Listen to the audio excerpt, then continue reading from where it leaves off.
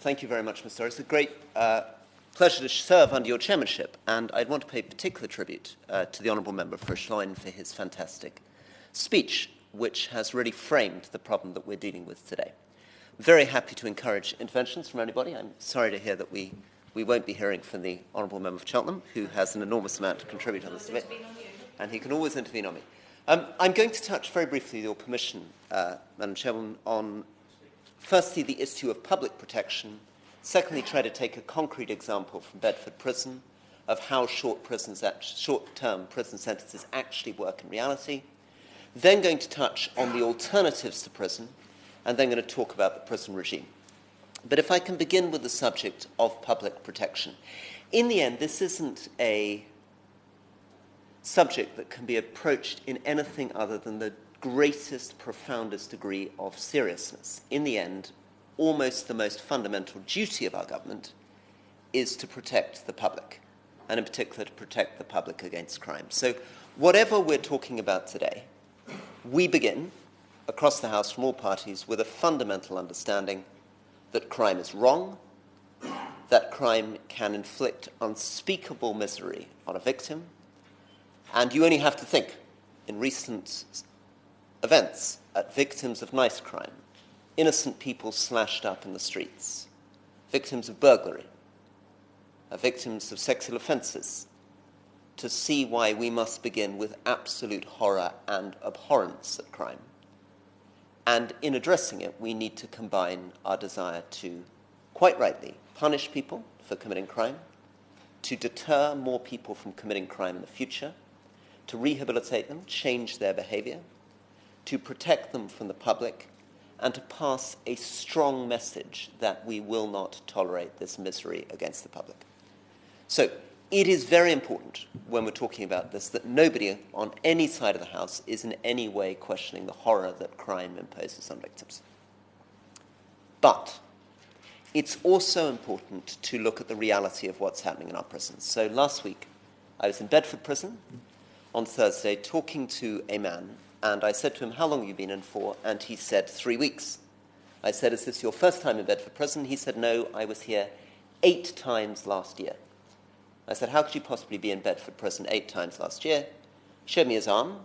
He wasn't wearing his shirt, and he had tracks from his heroin addiction right the way up his arm. And he said, "What happens is I'm a heroin addict. I leave Bedford Prison after a few weeks. I don't really know what to do with myself. I shoplift, and I get put back in Bedford Prison again." The question is, what purpose is being served by moving this man in and out of Bedford Prison 8 times in a year? Right, this is a man, and we can please, by all means, come back to this, but let me go through some of the purposes that might come forward. Okay? This is a man who, quite clearly in the conversation with him, had serious mental health issues. He had serious learning difficulties, and he had a serious drug addiction. So, the first suggestion, which has been made by the sotto voce intervention from the Honourable Member for Cheltenham, is that perhaps the reason we put him in prison is that when he's in prison, he's not shoplifting. Well, that is true, but remember, he's only in prison for 3 weeks. It's not a great protection of the public from his shoplifting. He's removed from 3 weeks. He's popped back onto the streets again. The second reason in which people would suggest that he's put in prison is in order to deter him from committing an offence in the future. That is clearly not working. He leaves, he reoffends. The third reason he might be put in prison is to rehabilitate him, right? To change him so he doesn't reoffend. That clearly isn't working because obviously he is reoffending. The final view that's sometimes put forward by judges or magistrates is that there's no alternative. They've tried everything else with this person. What else can they do other than put him in prison? But it isn't working. The idea that there's no alternative, just to put this person in and then bring them out again, cannot possibly make sense. Which brings us to the nub of the issue. Prison for somebody like that does not seem to be working. A better way of dealing with them would be a community sentence that addressed the fundamental problem, which is that this man is a heroin addict. Right? The right kind of treatment programs is not about being soft on the individual. It's about protecting the public.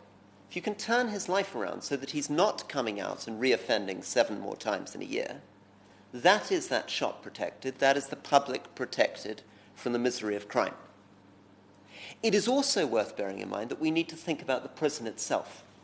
Our prisons currently are faced with a rising tide of violence, a rising tide of drugs, a rising tide of assaults on prison officers and prisoners.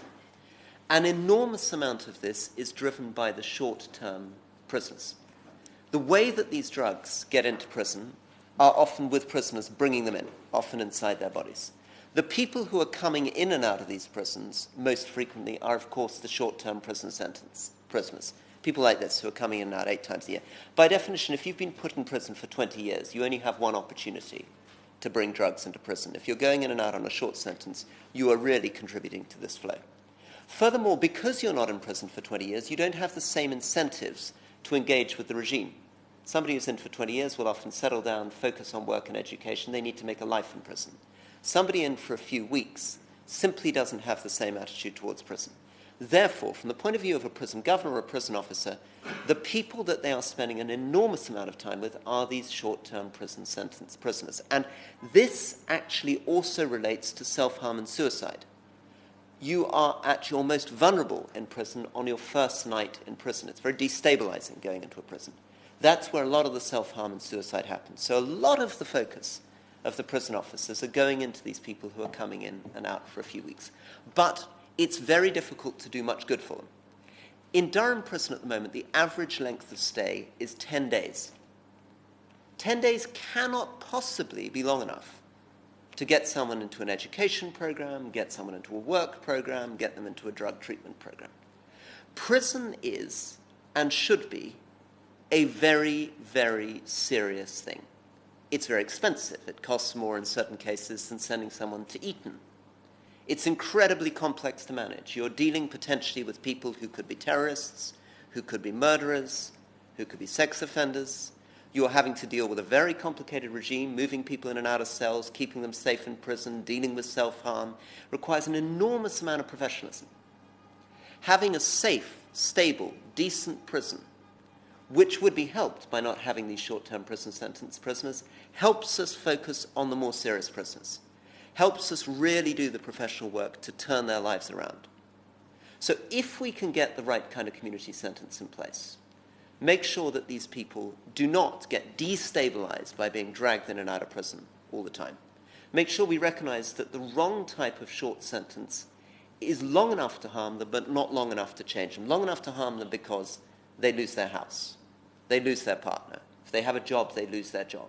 They come into prison and bang, a few weeks later, they're back out on the streets again with none of the support networks that might keep them stable. They commit crime again, they're back inside prison.